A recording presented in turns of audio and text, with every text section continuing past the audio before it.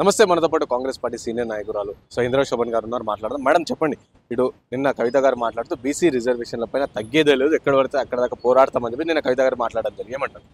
కవితకు కూడా పాపము వాళ్ళ అయ్యే ఇచ్చినటువంటి సస్పెన్షన్ ఆర్డర్కి ఏమంటారు మైండ్ దొబ్బినట్టుంది.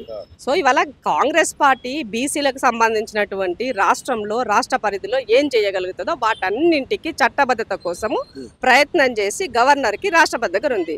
రాష్ట్రపతి దగ్గర ఉండి 6 నెలలు అవుతుంది. నీకు సోయి ఉంటే రాష్ట్రపతి దగ్గర నిలదీయాలా, నీకు సోయి ఉంటే బీజేపీ ఆఫీస్ ముందు నిలబడి ఎందుకు చేస్తలేరు అనేది నిలదీయాలా, నీకు నిజంగానే బీసీల పట్ల చిత్తశుద్ధి ఉంటే గవర్నర్ ఆఫీస్ ముందు ప్రొటెస్ట్ చేయి. ఎందుకు?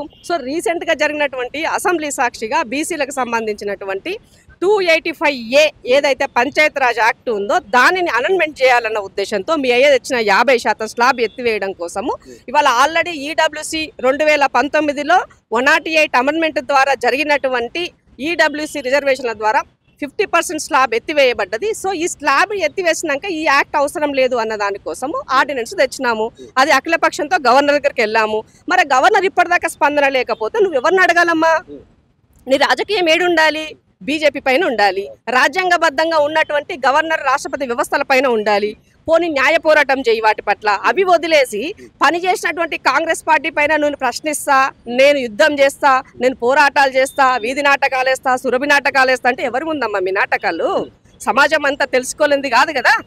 కాబట్టి రాజకీయ కోణంలో బీజేపీ ముప్పు కోసమే పదే పదే బీఆర్ఎస్ కానీ కవిత కానీ చేసే స్టేట్మెంట్లు కేవలం బీజేపీ ఆడిస్తున్నటువంటి నాటకంలో భాగంగానే మనం చెప్పాల్సినటువంటి అవసరం ఉన్నది.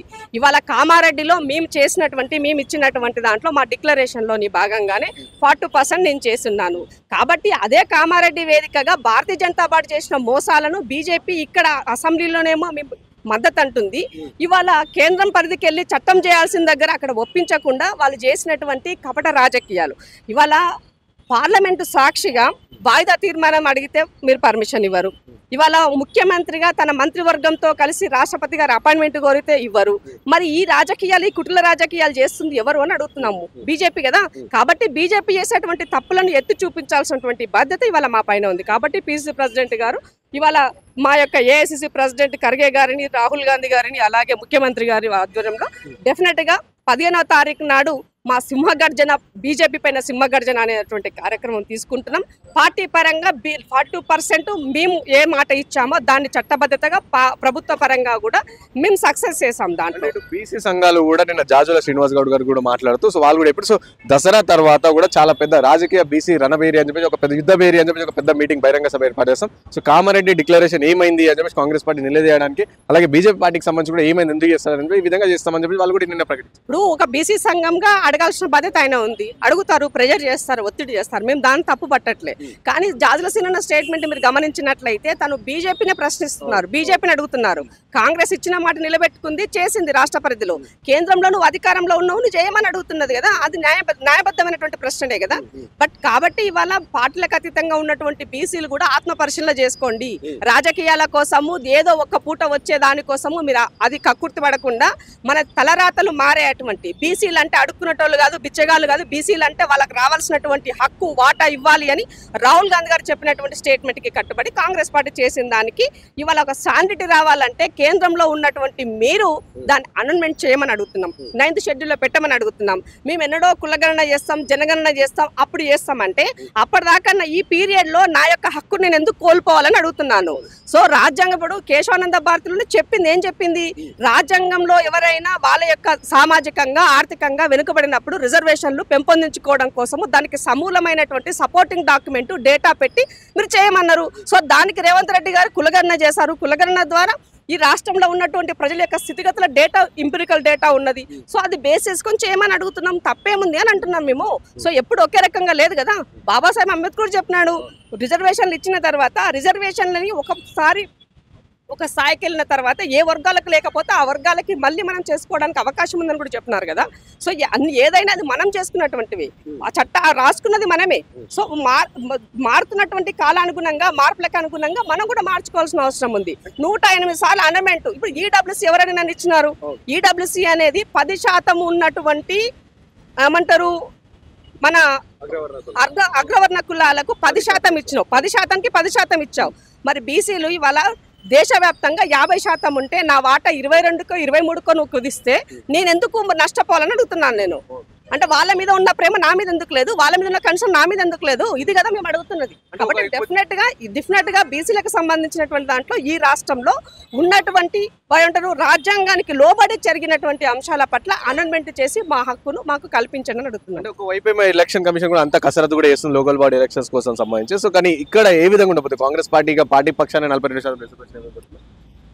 ఇప్పుడు ఇప్పటి వరకు ఇంకా ఎలాంటిది తెలియలే. వాస్తవానికి మొన్న ఇచ్చినటువంటి ఆర్డినెన్స్ ద్వారా ఒకవేళ ఆ ఆర్డినెన్స్ గవర్నర్ గారు యాక్సెప్ట్ చేస్తే దీని ద్వారా ఒక జీవో తీసుకొని జీవో ద్వారా ఎన్నికలకు వెళ్ళొచ్చు అనేది ఒక ఆలోచన వచ్చినాం. ఎందుకంటే కేంద్రం నుంచి 6 నెలలు అయింది, ఇంకా కూడా స్పందన లేదు కాబట్టి.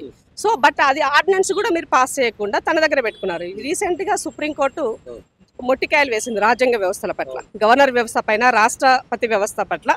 మీరు మీ దగ్గర బిల్లులు 3 నెలల కన్నా ఎక్కువ పెట్టుకోకూడదు. సో నీవు బిల్లు పాస్ చేస్తావా చెయ్యి, పాస్ చేయలేకపోతే ఎందుకు పాస్ చేయట్లేవో దీనిలో ఉన్నటువంటి రీజన్ ఏంటో చెప్పి ఇచ్చేసే వెనక్కి. మేము మళ్ళీ దాన్ని కరెక్షన్ చేసి పెడతామా, ఇంకో రకంగా వెనక్కి అవుతామా అన్నది అప్ టు దమ్ కదా. అది వదిలేసి ఇవాళ మీరు ఒక రాజకీయ కోణంలో భారతీయ జనతా పార్టీ కేంద్రంలో అధికారంలో ఉంది కాబట్టి ఒక రబ్బర్ స్టాంప్ లెక్క గవర్నర్ వ్యవస్థలు పనిచేస్తున్నాయని చెప్పాలంటే నాకు ఒక సిటిజన్ గా సిగ్గుపడుతున్నాను నేను. సో కాబట్టి ఇవాళ మీరు మాట్లాడడానికి ఆ స్కోప్ మీరు కల్పిస్తున్నారు. కాబట్టి డెఫినెట్ గా ఈ రాష్ట్రంలో ఉన్నటువంటి బీసీలు అప్రమత్తంగా ఉండాల్సిన అవసరం ఉంది. మన హక్కులను మనం కాపాడుకోవాల్సిన అవసరం ఉంది. బీజేపీ చేసేటువంటి కుటుల రాజకీయాలను మనం తిప్పికొట్టాల్సిన అవసరం ఉన్నది. నిన్న వాళ్ళ పార్టీ ప్రెసిడెంట్ మాట్లాడుతూ జీవో ద్వారా చేయొచ్చేదో చెప్పినారు ఆయన. మరి జీవో చేయాలి అంటే నా ఆర్డినెన్స్ నువ్వు చేసేయాలి కదా, అది చెప్పు గవర్నర్కి. చేపించేది ఈ సోయిని ఆయనకు ఆ సోయి ఎందుకు లేదని అడుగుతున్నాం మేము. కాబట్టి తప్పులు అన్నీ కూడా మీరే చేస్తున్నారు. మేము కరెక్షన్గా ఇప్పుడు రేవంత్ రెడ్డి గారు ముఖ్యమంత్రిగా ఎక్కడ భేషజాలకు వెళ్లకుండా ఇవాళ బీసీలకు సంబంధించినటువంటి దాంట్లో ప్రతి విషయంలో ఎవరు ఏ సలహా ఇచ్చినా, ఏ సూచనలు చేసినా ప్రతి అంశాన్ని తను స్వీకరించారు. మరి అట్లాంటప్పుడు మీకెందుకండి? మీరు ఇప్పుడు బీసీలో ఓట్లు వేసుకుంటలేరా, ఎస్సీలో ఓట్లు వేసుకోవట్లేరా, ఎస్టీలో ఓట్లు వేసుకోవట్లేరా ఈ రాష్ట్రంలో మిగతా పార్టీలు? ఇంకో విచిత్రం ఏంటంటే ఈ రాష్ట్రంలో ఉన్న బీఆర్ఎస్ పార్టీ కూడా కాంగ్రెస్ మీద తిడుతుంది, కవిత కాంగ్రెస్ మీద మాట్లాడుతుంది. అరే మీరు ఏమి, మీ రాజకీయం ఏంటి, మీ రాజకీయ నీతి ఏంటి, మీరు చేసే పని ఏంటి?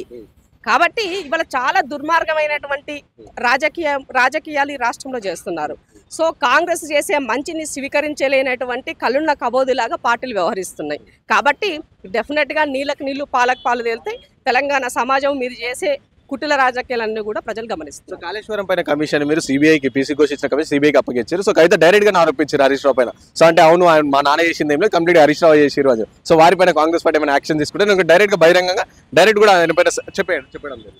ఇప్పుడు తమి 10 సంవత్సరాల కాలంలో ముఖ్యమంత్రి గారి నేనే గూగుల్ కనిపెట్టినా, నేనే మ్యాప్ని కనిపెట్టినా, నేనే నీళ్ళు ఎట్లున్నాయో కనిపెట్టినా, ఇవాళ ఇంట్లో తాగే ఆడపిల్లకి ఇచ్చే, ఇంట్లో కుటుంబ సభ్యులకి తాగే నీళ్లు కూడా నేనే ఇచ్చిన, నా వల్లనే ఇవన్నీ నేను కనిపెట్టినని చెప్పిండు 10 సంవత్సరాలు.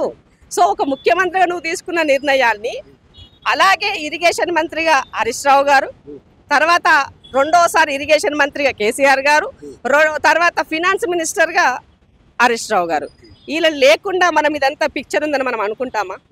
వీళ్ళకి తెలియకుండా జీవోలు బయటకు వచ్చినాయి అనుకుంటామా? కేసీఆర్ గారు కూసున్నా, పడుకున్నా, లేచినా, తిన్నా, తాగినా, నడిచినా, నువ్వేమన్నా చెయ్యి, నిద్రలో కూడా ఆయన రాజకీయమే ఆలోచిస్తాడని మనం మాట్లాడినాం 10 సార్లు.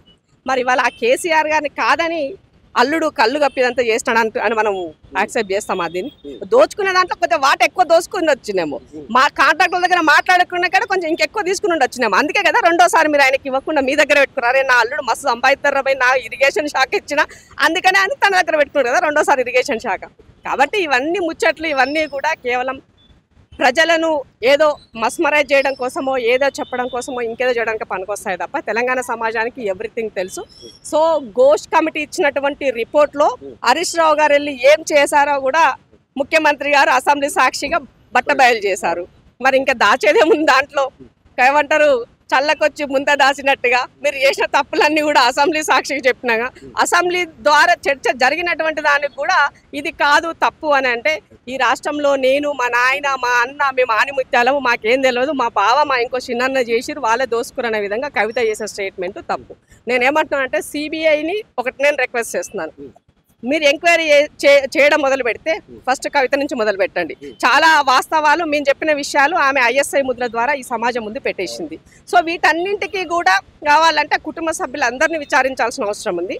ఆనాడు వాళ్ళ ఆస్తులేంటి, ఈనాడు ఆస్తులేంటి, ఒక్కొక్క ఆమె ఫామ్ హౌస్లు ఎక్కడి నుంచి వచ్చినాయి, ఎవరికి వాళ్ళు సపరేటు ఫామ్ హౌస్లు వచ్చినాయి, బిజినెస్లు వచ్చినాయి, ఒక్కొక్కరికి ఏమంటే దుబాయ్లో బిల్డింగ్లు వచ్చినాయి. ఇవన్నీ చిట్టదేలాలి అంటే ఎంక్వైరీ చేయాలా, CBI, EDA. దీంట్లో మెయిన్గా ఎకానమీకి సంబంధించి కూడా రిలవెంట్గా ఉంది కాబట్టి ED కూడా వస్తుంది. డెఫినెట్గా వీటన్నింటి పట్ల బీజేపీ తన యొక్క నిజ స్వరూపం అంటే దాని యొక్క న్యాచురల్గా ఉన్నటువంటి వాషింగ్ మిషన్ స్కీమ్లో వీళ్ళని చేర్చుకుంటుందా, లేదంటే నిజంగానే తప్పు చేసినటువంటి ఆ కుటుంబ సభ్యులని దోషులుగా తెలుస్తుందో చూడాల్సి. CBI చేస్తుంది అనుకుంటారు, ఎందుకంటే రాహుల్ గాంధీ చాలా సందర్భాలు చెప్పారు CBI అనేది బీజేపీ జేబుల్లో ఉన్న సంస్థ అని చెప్పారు. సో అలాంటిది ఇప్పుడు కాంగ్రెస్ పార్టీ CBIకి అప్పగించింది అంటే రియల్ గా వాస్తవంగా జెన్యూన్ గా చేస్తుంది అనుకుంటారు. డెఫినెట్ గా రాహుల్ గాంధీ గారు చెప్పినటువంటి స్టేట్మెంట్ నేను ఏకీభవిస్తున్నా. పలు సందర్భాల్లో మేము కూడా చెప్పినాం, ఫ్రంటల్ ఆర్గనైజేషన్ ప్రభుత్వానికి ఇవన్నీ ఫ్రంటల్ ఆర్గనైజేషన్ గా పనిచేస్తున్నాయి, కేంద్ర ప్రభుత్వానికి, బీజేపీ ప్రభుత్వానికి. కాబట్టి ఇవాళ నేను ఒక సిటిజన్ గా ఇలాంటి ఆరోపణలు చేయాలంటే కొంత బాధాకరమైనటువంటి విషయమే. కానీ నేను ఒకటి చెప్పదలుచుకున్నా, ఏంటి అని అంటే జరిగినటువంటి నేపథ్యంలో, జరగబోతున్నటువంటి వాటి నేపథ్యంలో ఇవాళ నేను అధికారంలో ఉన్నా. సో BRS అనేది దోషిగా ఉంది, బీజేపీ అనేది కేంద్రంలో అధికారంలో ఉంది. కాబట్టి డెఫినెట్ గా నేను కేసుని CBIకి ఇవ్వడం ద్వారానే కరెక్ట్ గా చేయాల్సిన పరిస్థితి ఏర్పడుతుంది. ఒక్క పిట్ట ఏమంటే ఒక్క దెబ్బకు 2 పిట్టలు. సో ఇవాళ ఒక్కసారిగా మీరు చేసినటువంటి అన్నిటికీ కూడా సింగిల్ 1 లో అయిపోయే పరిస్థితి. నువ్వు నిజంగానే వాషింగ్ మిషన్ లో చేర్చుకొని నిజమైన నీ యొక్క ఒరిజినల్ గా ఉన్నటువంటి దాన్ని చేస్తావా, లేదంటే ఈ సమాజంలో వాళ్ళు చేసినటువంటి తప్పులను కుటుంబ సభ్యులపైన ఎత్తి చూపి తెలంగాణ సమాజంలో CBI అలా కాదు ఇలా అని నిర్ధారణ చేసుకుంటావా అన్నది అగ్ని పరీక్ష బీజేపీకి. కాబట్టి చేయాల్సినటువంటి అవసరం ఉన్నది. ఏం చేస్తారో చూద్దాం. మొన్నటిదాకా మమ్మల్ని అడిగారు ఎప్పుడు చేస్తారని మమ్మల్ని అడిగినారు. ఇవాళ కోర్టు బాల్ తీసుకెళ్ళి మీ కోర్టులో వేసాం. ఇప్పుడు మీరు నిక్కు తేల్చండి, మీరు చూపియండి, అంతే కదా. డెఫినెట్ గా నేను కూడా పాలిటిక్స్ చేస్తున్నా కదా, నేనేమో మఠం నడుపుతలేను కదా. డెఫినెట్ గా రాజకీయ కోణంలో నా వ్యూహం నాకుంటది. సో అదే పని రేవంత్ చేసి. సో నిన్న KTR గారు కూడా మాట్లాడుతూ సో హైదరాబాద్కి వస్తున్న నీళ్ళు గోదావరి, మేడిగడ్డ నీళ్ళు ఎక్కడి నుంచి వస్తున్నాయని చెప్పి నేను అడగడం జరిగింది. ఏమంటారు? సో ఎల్లంపల్లి అనేది ఉమ్మడి ఆంధ్రప్రదేశ్లో మేము కట్టినటువంటిది. యాక్చువల్గా ఆ రోజు ప్రాణహిత చేవెళ్ళ ప్రాజెక్ట్ అనేది కాంగ్రెస్ పార్టీ రంగారెడ్డి జిల్లా వరకు, ఆదిలాబాద్ నుంచి రంగారెడ్డి జిల్లా వరకు నీళ్ళు వచ్చేటువంటి ఇరిగేషన్, డ్రింకింగ్ వాటర్కి రిలవెంట్గా ఉన్నటువంటి ఒక ప్రాజెక్ట్. సో దీని యొక్క మీరు కాస్ట్ పెంచి ఏం చేశారు, తుమ్మడిహట్టి అనేది 150 మీటర్స్లో ఉంటుంది, 148 దగ్గర ఎల్లంపల్లి ఉంటుంది. సో మీరు ఇవాళ చేసినటువంటి దాని వల్ల వయబిలిటీ ఆ రోజు అంటే పైనుంచి కిందికి గ్రావిటీలో వచ్చేటువంటి దానిని మీరు కంప్లీట్గా దానిని పక్కన పెట్టేసి 72 కిలోమీటర్లు ఆ రోజు తుమ్మడిహట్టి నుంచి ఎల్లంపల్లికి 72 కిలోమీటర్లు, దాదాపు ఒక 40 కిలోమీటర్ల వరకు అప్పుడే మేము అది పూర్తి చేస్తున్నాం. ఇంకో 3-4 వేల కోట్ల రూపాయలు పెడితే మీకు ఆ ప్రాజెక్టు పూర్తి అవుతుండే దాదాపు 2 లక్షల ఎకరాలకు నీళ్ళు అందేది. కానీ మీ యొక్క ఆర్థిక స్వలాభం కోసము, మీ యొక్క కుట్రల కోసము, మీ దాన్ని ATM గా వాడుకోవడం కోసం రీడిజైన్ పేరుతోటి తుమ్మడిహట్టి దగ్గర నీళ్లు లేవని చెప్పి అబద్ధంని ప్రచారం చేసి దాన్ని మేడిగడ్డకు షిఫ్ట్ చేశాం. సో గోదావరి ద్వారా తుమ్మడిహట్టికి గోదావరి ద్వారా వచ్చేటువంటి నీళ్లు ఇక్కడ మన మేడిగడ్డకు వస్తాయని మీరు చెప్పున్నారు. బట్ అక్కడ నీకు ఎక్సెస్ వాటర్ ఉంటుందని చెప్పినారు. ఎక్సెస్ వాటర్ ఎక్కడి నుంచి వస్తుంది, దాదాపు 120 TMCలు వస్తుందని చెప్తున్నారు. అక్కడ ఎక్కడ ఉన్న మా జూపల్లి మంత్రి గారు కూడా అదే క్వశ్చన్ చేశారు అసెంబ్లీలో. సో దీనికి ఇక్కడ వాటర్ ఎక్కువగా వచ్చిందంటే దీనికి ఉన్నటువంటి సోర్స్ ఏంటి అని అడిగినారు. మీరు అదేమి చెప్పలేదు ఎక్కడ. కేవలం దాన్ని మీరు ఏం చేశారు, అన్నారం, సుందిల్లా ఒక బ్యారేజీలు కట్టి ఆ బ్యారేజ్ల ద్వారా నీళ్లు ఎత్తిపోసి దాదాపు ఒక 22,500 కోట్ల రూపాయలతోటి కేవలం 1,500 ఎకరాలకు మాత్రమే, అక్కడ 3 నుంచి 4,000 కోట్లు ఖర్చు పెడితే 2 లక్షల ఎకరాలు, ఇక్కడ 22,500 కోట్లు ఖర్చు పెడితే మేడిగడ్డ నుంచి ఎల్లంపల్లికి జస్ట్ 1,500 ఎకరాలు. అంటే ఇది సజంగాన సమాజానికి తెలవాల్సిన అవసరం ఉంది. మీరు చేసిన కుట్రలు, మీరు చేసిన కుతంత్రాలు, మీ యొక్క ధన దాహం కోసం తెలంగాణ ప్రజల యొక్క ఆశలంతా గల్లంతు చేస్తున్నారు. సో దీనివల్ల ఏం చేశారు, ఎల్లంపల్లి అంటే ఎత్తిపోసి సుందిల్లా అన్నారం నుంచి ఎల్లంపల్లికి ఎత్తిపోసి మళ్ళీ మీరు ఏం చేస్తున్నారు అంటే ఎల్లంపల్లి అనేది నేను కట్టినటువంటి ప్రాజెక్టు, లైవ్ లో ఉన్నటువంటి ప్రాజెక్టు, స్టాండర్డ్ గా ఉన్నటువంటి ప్రాజెక్టు. సో దాని నుంచి మిడ్ మానేర్, సిరిసిల్ల, సిద్దిపేట, కొండపోచమ్మ, తర్వాత గజ్వేలు, మల్లన్న సాగర్. సో ఇవాళ మీరు తీర్చినటువంటి నీళ్ళన్నీ కూడా సిరిసిల్ల, సిద్దిపేట, గజ్వేలు మీ 3 నియోజకవర్గాలకు నీళ్లు తీసుకొచ్చే పని మీరు చేసినారు. ఇవాళ రేవంత్ రెడ్డి గారు ఆనాడు కూడా ఉమ్మడి ఆంధ్రప్రదేశ్లో ఉన్నప్పుడు గోదావరి కృష్ణ 1-2 నేనే చేశా, గోదావరి 1-2 నేనే చేశా. అగైన్ ఇవాళ మళ్ళీ హైదరాబాద్ ప్రజలు పెరుగుతున్నటువంటి నేపథ్యంలో గోదావరి నీళ్లు తీసుకోవాల్సిన అవసరం ఉంది. కాబట్టి ఎల్లంపల్లి అనేది మూలం, బేస్ ఎల్లంపల్లి నుంచి కనెక్టివిటీ మల్లన్న సాగర్ ఉంది. కాబట్టి మల్లన్న సాగర్ 50 టీఎంసీలు. వాస్తవానికి మల్లన్న సాగర్ అనేది భూకంప జోన్ లో ఉన్నటువంటి ప్రాంతం. ఆ ప్రాజెక్ట్ కట్టడానికి కూడా వయబిలిటీ లేదని ఆ రోజు రిపోర్ట్ ఇచ్చినారు నిపుణులు. కానీ మీరు లెక్క చేయకుండా మీరు కట్టినారు. ఆ రోజు మేము పోరాటం చేసినాం. 14 గ్రామాలను, 30 గ్రామాల కింద వాళ్ళకి నివాసితులు లేకుండా ఆగం పట్టించారు. మేము వాళ్ళ కోసం పోరాటం చేసినాం. ఆనాడు వాళ్ళకి మద్దతుగా నిలబడి పనిచేస్తాం. కోర్టులో కేసులు వేసి నడిపించడం జరిగింది కాంగ్రెస్ పార్టీ. సో దామోదర రాజనరసింహన్న క్లియర్ వాళ్ళకి చాలా అండగా నిలబడి ఆ రోజు ఆయన పనిచేస్తున్నారు. కాబట్టి ఇవన్నీ చేసినటువంటి మీ తప్పులను ఎత్తి చూపుతూ ఇవాళ రేవంత్ రెడ్డి గారు దాన్ని సరి చేసే పనిలో, హైదరాబాద్ నీళ్ళు తెచ్చే పనిలో గండిపేట దగ్గర శంకుస్థాపన చేస్తే, మల్లన్న సాగర్ చేయాల్సి వస్తే అక్కడ చేయాల్సినటువంటి దాన్ని కాళేశ్వరం చెప్పాల్సి, అది కాళేశ్వరంకి సంబంధమే లేదు. అది కాళేశ్వరంకి సంబంధం లేని దాని కింద మేమెందుకు మాట్లాడాలో అని అడుగుతున్నాను నేను. సో అందుకనే మతి భ్రమించింది కేటీఆర్కి. బిడ్డ చెల్లె దెబ్బకి మైండ్ బ్లాక్ అయినట్టుంది. అందుకని ఏం చేయాలో అర్థం కాక, పార్టీ ఏమవుతుందో అర్థం కాక కేటీఆర్ గారు ముఖ్యమంత్రిని కలలుగా అన్నాడు. ఆ కళలు నెరవేరేటట్టు లేదు కనబడుతుందని కాబట్టి ఇవాళ ఆయన మతి ప్రేమించి మాట్లాడుతారని చెప్పాల్సిన అవసరం. సో క్లియర్గా చాలా క్లారిటీగా ఇక్కడ ఎల్లంపల్లి సోర్స్ ద్వారా హైదరాబాద్కి ఈ మూసీని తర్వాత హిమాయత్ సాగర్ని రెండింటిని కూడా నింపుకొని వీటి ద్వారా తెలంగాణ ప్రజలకి మనం డ్రింకింగ్ వాటర్, హైదరాబాద్ ప్రజలకి నీళ్ళు ఇచ్చేటువంటి ఒక గొప్ప బ్రహ్మాండమైన బృహత్కరమైనటువంటి కార్యక్రమాన్ని మొదలుపెట్టారు. కాబట్టి డెఫినెట్గా సక్సెస్ చేసి చూపిస్తాం. మూసి కాదు ప్రక్షాళన అన్నారు, హైడ్రా కాదు అని మాట్లాడినారు. అయినా ఇవాళ దాని రిజల్ట్స్ అక్కడక్కడ కాను. ఒక పని చేసినప్పుడు కొంత మంచి జరుగుతుంది, కొంచెం చెడు జరుగుతుంది. సో బట్ డెఫినెట్గా చిత్తశుద్ధిగా నీకు చిత్తశుద్ధి ఉండాలి, ప్రజల పట్ల హ్యూమానిటీ ఉండాలి. అప్పుడే మనం చేసే పని సక్సెస్ అవుతుంది. సో రేవంత్ రెడ్డి గారు తీసుకున్నటువంటి లైన్, ముఖ్యమంత్రి గారు నిన్న శంకుస్థాపన చేశారు. ఇవాళ పదే పదే ఇలాంటి చెత్త ఆరోపణలు చేస్తూ రాజకీయాలు చేస్తే అది మీకే నష్టమని కేటీఆర్ గారు చెప్పగలరు. Thank you. సో విన్నారు కదా, ఇది అంటే ఒకటే బాల్తో 2 దెబ్బలు అని చెప్పి చెప్తారు. సో ఈ విధంగా బీజేపీకి అలాగే ఇటు బీఆర్ఎస్కి కలిపి కూడా. సో ఇప్పుడు చూద్దాం ఏం చేస్తారు ఈ కాలుష్యం పట్టి తీసుకెళ్ళి బీజేపీ పార్టీ ఇటు జేబులో ఉండేది అని చెప్పేసి చెప్తున్నారు రాహుల్ గాంధీ. సో వాళ్ళ దగ్గర పెట్టినాం. సో చూద్దాం ఇప్పుడు వాళ్ళకి యాక్షన్ తీసుకోవాలి, ఇక్కడ వాషింగ్ పౌడర్ నిర్మాలకే చేస్తారా అని చెప్పి వేచి చూడాల్సిన అవసరం ఉందని చెప్పేసి ఇంద్రశోభన్ గారు చెప్తాను. పరిస్థితి కెమెరా పర్సన్ సాయితో రాణా ప్రతాప్ రిపోర్టింగ్ ఫ్రమ్ హైదరాబాద్.